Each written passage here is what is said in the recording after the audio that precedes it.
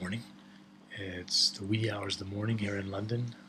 Couldn't sleep, so I've been just blazing away, doing a bunch of videos, reading a bunch of books, and catching up on things. And it gave me the opportunity to actually sit and kind of do a bit of planning and goal setting. And one of the things about goal setting that is something that, unless you kind of, unless one is possibly, shown or taught or coached, is the notion of shoot for the star, and if you get the moon, you're doing all right. Not just all right, but great. Because most of us don't even shoot for the moon. And it's really the people who excel and kind of go further than they even ever thought they could. Not just the champions, not just the Olympic athletes, but the people who've gone on to do amazing things in life, not only survival in the wildest adventures, situations in the heat of a moment, like in revolutions where people standing down tanks and staring down guns and saving people, and people in the situations of that, not just adrenaline rushing, but actually the power of belief. But it's also because they have a vision, and in that vision they have a goal, and they've set that goal, and they don't necessarily know how it's going to come about. They don't necessarily know anything about that. But what they do know is that they have a what and a why, and they're going for it. There is that belief, and they're committed, and they're focused, and they're engaged. And it may appear in many instances that they're flying by the seat of their pants or off the cuff, because there are externalities and external forces that will also kind of come into play and come into effect. However, we human beings, we sell ourselves so short. I mean, I know I do, and I know I have. And unfortunately, if you look around us, generally in education society, I mean, it's the discourse of the day is that there's so much, and sadly too much, lowering of the bar. And anybody looking around, just how everything is just kind of bankrupt, not only financially, but morally, ethically, and just spiritually bankrupt, because we sold ourselves so short. And we were also sold out. And we were left holding the bag, the bill. And we got screwed. And we got taken advantage of because either we were afraid, or because we didn't know how, or because possibly we were just kind of going with the flow and didn't really have a sense that maybe there should be something different. It doesn't have to be this way. And that leads me to a whole thing about setting your goals. I mean, there are whole processes, and there are whole techniques, and there are different ways that one can do these, and different people have, different based on their beliefs, based on their values, based on their religion or spirituality, or whatever it is, their faith, and how they view the world. It's going to have a direct impact on how they go about their lives, and how they plan themselves, how they map out, how they, the roadmap with which they reach for, or they even outline themselves as they're blazing the trail. And based on that, it will also have a direct influence on what they do, what they achieve, where they get to, the experiences that they have. And the only thing to really say along those lines is to really stretch the vision, the viewpoint, the perspective, the goal.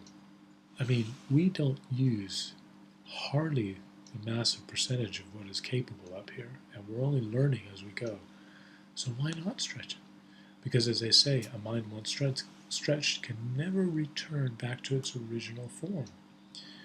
And with that, I mean, we're talking about experiences, and when it comes to experiences, your synapses are firing, everything's being developed. I mean, that's what all that kind of gobbledygook, which interestingly, when you look at pictures, and I wish I had one with me now because it just got me thinking about it, is that you look at the kind of the kind of spidery web, the maca, the energetic ties, and the impulses, and the web of our brain's energetic field, electromagnetic field, is almost identical to what kind of cosmic universalities of various spatial dimensions and space, as well as on the microscopic level, and how we're just connected on many kind of fronts.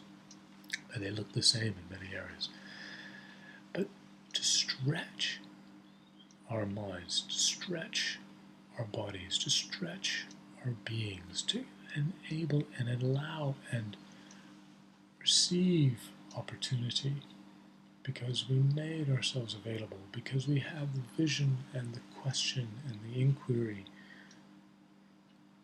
to attain it, to get there. And I don't mean attain it because we're striving, because it's something to get, but it is something to be. And as we're saying, as many have put it as saying, and to use the old adage, we are human beings. Okay? We are human beings. The doing is a part of it, but that isn't the essence of it.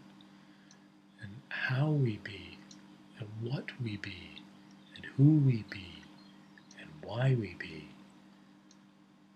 is, the crux of what we would set out in our journey to do. I mean, without any kind of focus and direction and any sense of purpose, we're just aimless, and we're scattered all over the place, just taking whatever's kind of dealt us, as opposed to having an influence on that. And so, effectively, because the world around us, the reality that we find ourselves in many instances, is going kind of hell for leather in a basket, in a direction that we can see, and many of us know, even if we just can't articulate or intellectually put it into play. There is a resonant or dissonance with our whole core being as a unit, as of energy and everything on a universal level, but also as separate entities. There's that dissonance that we just know that it just is out of whack. So the key here is actually, when you're setting one's goals or yourself, when you're doing that, is to be unrealistic, to go beyond what one might have been told is able and viable and possible. Stretch the imagination. Go beyond the bounds that one ever has been placed on you. Be unrealistic. So often we're told, be realistic. You're not being realistic. You're completely out to lunch. You're a dreamer. You're not. Actually, so many of us, so many people who were caught up in cubicle land, who 9-to-5 grind, were so envious of the people who were effectively free, who didn't have those shackles of kind of boundaries, and who didn't hold themselves back. Who allowed themselves to enjoy or to receive an experience, to get involved, to immerse themselves, as opposed to just doing what we're told, going along with what everyone else is doing. Because that's the reality of so much, the corporate land, the 9-to-5 grind, the worker, the mentality, all that stuff. And yet, the reason I'm particularly keen on pointing this out is because in that, we've been taken advantage of. We have basically just we've been chasing our own tails because the tail was put in front of us and we didn't know better. But at the end of the day, it's not about blame. It's about awareness. It's about awakeness. It's about consciousness. It's about all of a sudden opening one's eyes, mind, heart, all of it, and realizing that the reality that we think we have is ego-driven. It's not real. It's a creation.